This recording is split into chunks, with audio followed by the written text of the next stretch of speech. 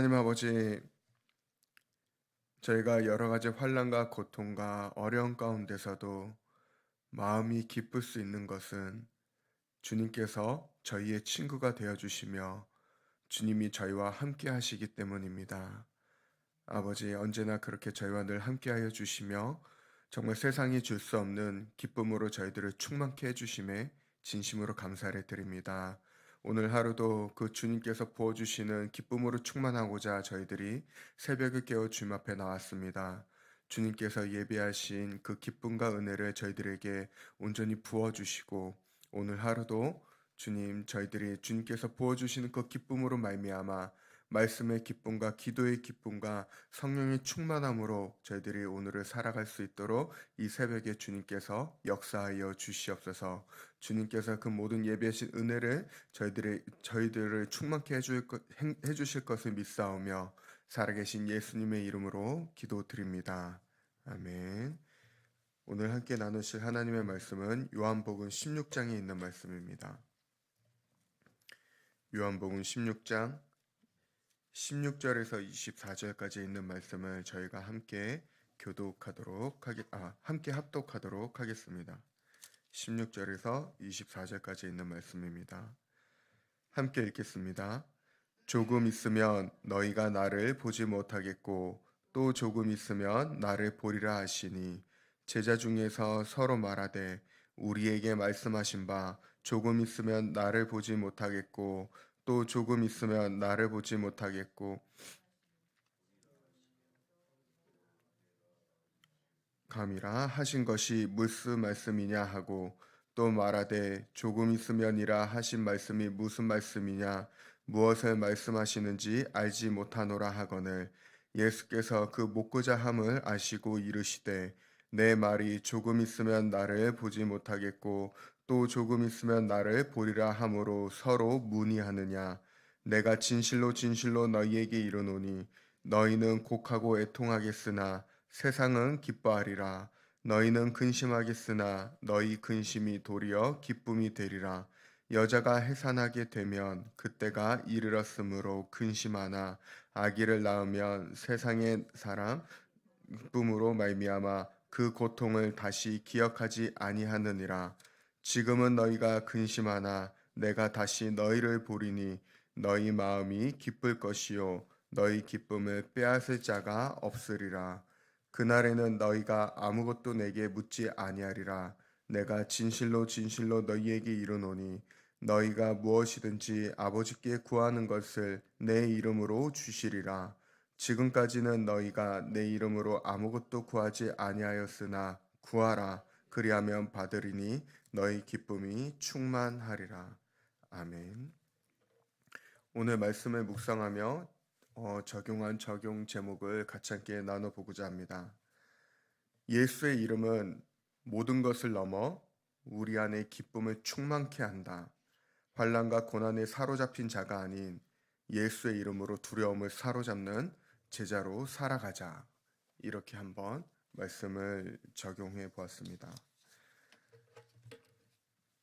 여기에 계신 저희 어머님들, 여성분들께서는 다들 이제 자녀를 출산한 그 기억이 있으실 겁니다.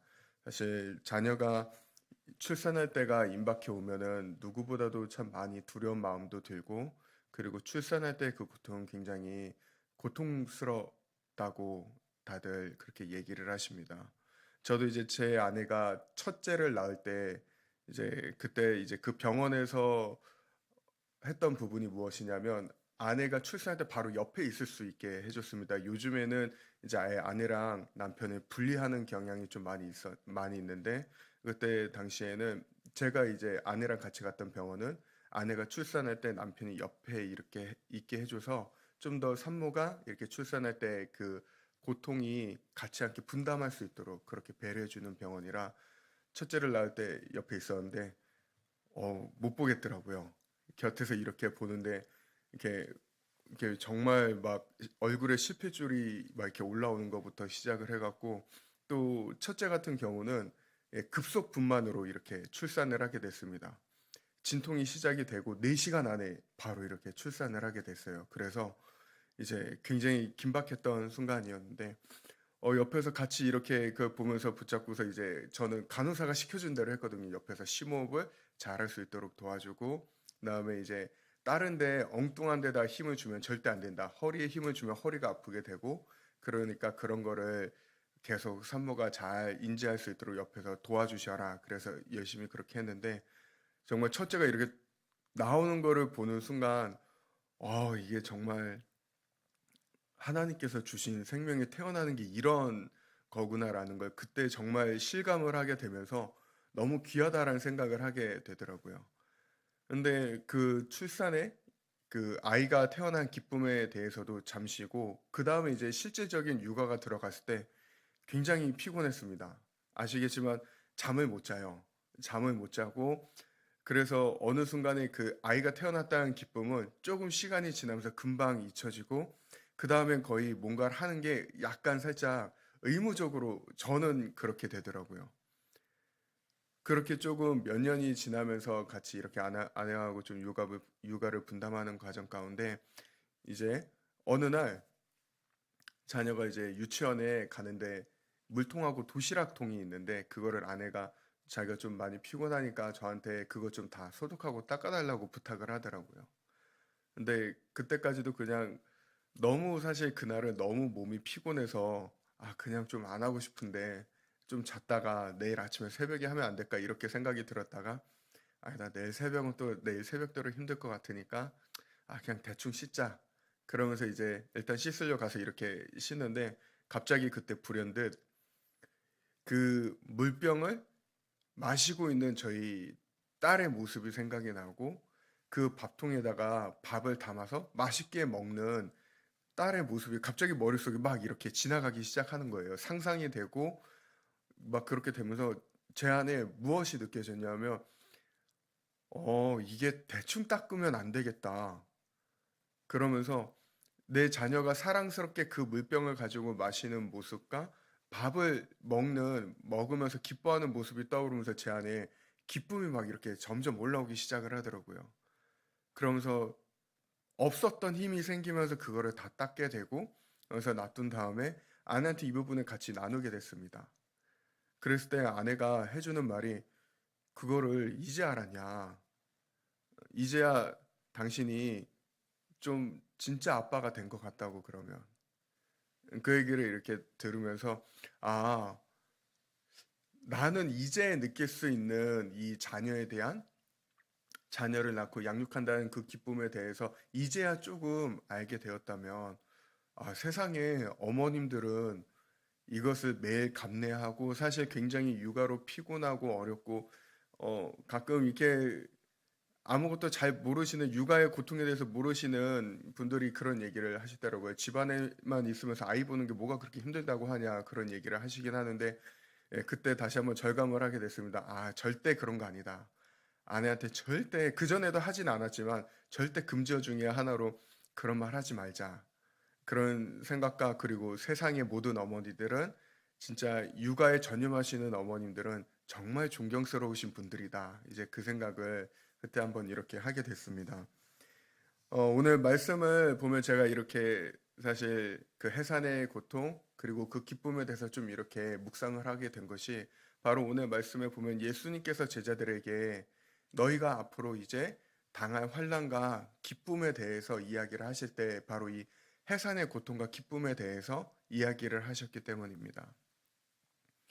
예수님께서는 오늘 본문에 보면 제자들한테 이제 마지막으로 자기가 십자가의 그 고난의 길을 가는 데 있어서 앞으로 자신이 당할 고통, 그리고 자신이 앞으로 이제 그 십자가를 통해서 당할 고난으로 인해 그 제자들이 어떻게 될지, 그리고 너희가 앞으로 세상에 자신의 제자로서 살아간다고 했을 때 당할 그 순환들에 대해서 이 제자들한테 해산의 고통과 기쁨에 대해서 이야기하고 계십니다. 근데 그것을 가만히 이렇게 묵상을 하면서 생각을 해봤을 때, 정말 주님께서 지금 이 제자들에게 하실 때의 말의 의미를 제자들은 이때 당시에 얼마나 이해를 했을까? 제자들은 사실 오늘 본문 말씀을 보면 제대로 이해하지 못했습니다. 예수님께서 자신들이 떠나가신다. 그래서 우리가 고난을 당할 건데 그 다음에 이분이 부활하셨을 때 우리에겐 그것에 대해서 큰 기쁨이 넘칠 것이다. 여전히 하지만 이것을 설명을 들었어도 몇 번을 예수님께서 자세히 설명을 하셨지만은 여전히 그것을 모르는 듯한 분위기였습니다. 하지만 그럼에도 불구하고 주님께서 말씀하시는 것은 그때가 되면은 너희가 알게 될 것이다. 너희에게 살아가면서 나의 이름으로 너희가 나아갔을 때 굉장히 많은 고난이 거기엔 따를 것이야. 예수의 이름으로 살아간다라는 것은 그런 것이야. 예수의 제자로서 살아간다는 것은 그런 것이야. 왜냐하면 세상은 너희를 미워해서 너희에게 고난을 주는 것이 아니라 바로 예수 그리스도를 미워하기 때문에 나의 이름으로 살아가는 너희들에게 고난을 줄 것이고 너희들을 아프게 할 것이다. 핍박할 것이고 박해할 것이야. 하지만 그럼에도 불구하고 그것을 모두 감내하고 인내하며 나아갔을 때, 내 이름으로 살아갔을 때 세상 그 누구도 줄 수 없는 기쁨이 너희 안에 충만케 될 것이야. 그것을 주님은 오늘 말씀을 통해서 제자들에게 분명하게 전하고 있다라는 것입니다. 그러면서도 주님이 오늘 말씀에 저희가 읽지는 않았지만은 그 환난을 당할 수 없는 가운데서도 너희가 기억해야 되는 것이 있다. 그것은 바로 33절의 말씀에서 분명하게 얘기하고 있다라는 것입니다. 33절을 보면은 이렇게 얘기를 하십니다. 이것을 너희에게 이르는 것은 너희로 내 안에서 평안을 누리게 하려 함이라. 세상에서는 너희가 환난을 당하나 담대하라. 내가 세상을 이기었노라. 세상에서 많은 환난과 고난을 당하겠지만 그럼에도 불구하고 너희가 기쁨을 누릴 수 있는 것, 그것은 바로 내가 세상을 이기었기 때문이다. 너희가 나의 이름으로 구했을 때 나는 너희가 그 세상에서 당하는 박해와 핍박을 능히 이기고도 남을 수 있는 기쁨과 평안을 너에게 허락해 줄 것이다라고 오늘 본문 말씀을 보면 분명하게 저희들에게 이야기하고 있습니다. 그리고 저희가 아시는 것과 같이 하나님께서 보실 때 아름다운 고난이 있습니다. 그것은 주를 위해서 선을 행하다가 부당하게 고난을 당하는 것에 대해서는 분명히 성경에서도 이야기하고 있지만 그것은 아름답다라고 표현을 하고 있습니다. 하지만은 또 다른 고난이 있습니다. 그것은 자기 스스로 죄를 지어서 당하는 고난이 있다라는 것. 그리고 그것에 대해서는 어떠한 핑계나 변명 없이 그것을 감당해야 된다라는 것입니다. 그러면서도 오늘 말씀은 저희들에게 분명하게 이야기하고 있습니다. 주를 위해서 당하는 고난은 오히려 우리에게는 그것이 영광이니 우리가 그것에 대해서 감사하고 기뻐해야 된다라고 베드로전서에 보면은 그것에 대해서 이야기를 하고 있습니다. 한편으로는 재정적 축복이나 물질적 풍성함이 항상 하나님의 뜻이라고 믿으면서 신앙이 자신들의 물질적인 부를 이렇게 더 배가시키고 증가시킨다라고 믿는 번영신학, 이것에 대해서 사람들은 매력을 느끼기도 합니다. 하지만 오늘 말씀에 보면 신약 성경에서는 저희들에게 분명하게 이야기하고 있습니다. 하나님 나라에 들어가려면은 물질적인 부나 신앙을 통해서 물질적인 부나 그것을 추구하는 것이 아니라 많은 환난을 당해야 된다. 사도행전에서도 분명하게 얘기하고 있는 것입니다. 사도행전 14장에 보면은 거기에서도 물질적인 부나 이런 거, 신앙을 통해서 물질적인 부나 너희가 건강을 원하고 그런 것을 추구하는 것이 바른 것이 아니라 나를 위하여서 고난을 받는 것이, 환난을 당하는 것이 바른 것이다라는 것을 분명하게 이야기하고 있다라는 것입니다. 그러면서도 예수 때문에 박해를 받는 자는 마태복음 5장에서도 주님께서 친히 말씀하신 것처럼 하늘에서 큰 상이 있다라고 분명하게 이야기하고 있습니다. 그러면서 오늘 말씀은 예수님께서 마지막에 본문 말씀을 통해서 분명하게 저희들에게 그렇다면 어떻게 하면 그 고난을 능히 이겨낼 수 있는가? 그 길이 어디에 있는가? 바로 자신의 이름으로 구하라고 분명하게 이야기하고 있습니다. 예수의 이름으로 구할 때 예수의 이름으로 정말 하늘의 피로를 우리가 간절한 마음으로 구할 때 구하는 그 모든 것에 주님께서는 응답하여 주실 것이다. 그리고 그것이 응답으로만 끝나는 것이 아니라 하늘에서 내려주시는 기쁨으로 우리가 충만케 될 것이다라고 주님은 저희들에게 오늘 말씀을 보면 이야기하고 계십니다. 그리스도의 제자된 저희가 그렇기 때문에 예수의 이름으로 이 새벽에 함께 구했으면 합니다. 상황에 따른 개인의 필요를 저희들이 주님 앞에 구하기 전에 예수의 이름으로 정말 주님께서 원하시는 것이 무엇인지 그것이 이 땅 가운데 이루어지기를 간절히 바라는 마음으로 하늘의 필요를 구하시기 바랍니다.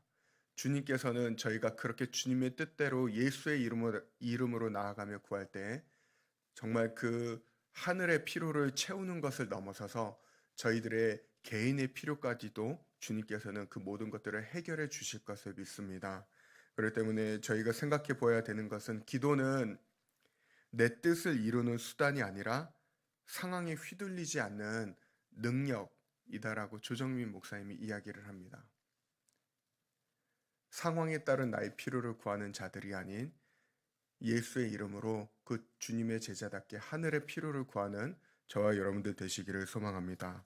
그래서 상황에 따른 필요를 넘어서서 정말 모든 상황을 역전시키시는 그 주님의 능력을 의지하고 오늘도 저희들이 하루를 살아갈 때 어떤 시련과 고난을 마주하게 될지라도 예수의 이름을 부르면서 나아가시기 바랍니다.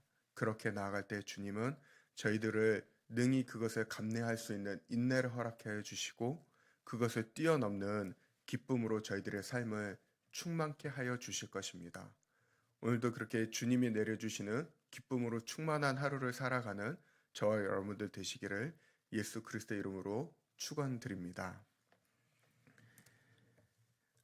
기도 제목을 같이 함께 나누기를 원합니다. 새벽에 무엇보다도 연약한 지체분들을 위해서 기도해 주시기 바랍니다. 저희 교회 안에 경제적으로 어려우신 분들, 이제 건강적으로 어려우신 분들, 그리고 정서적으로 어려우신 분들이 계십니다. 그분들을 위해서 저희가 간절하게 기도했으면 합니다.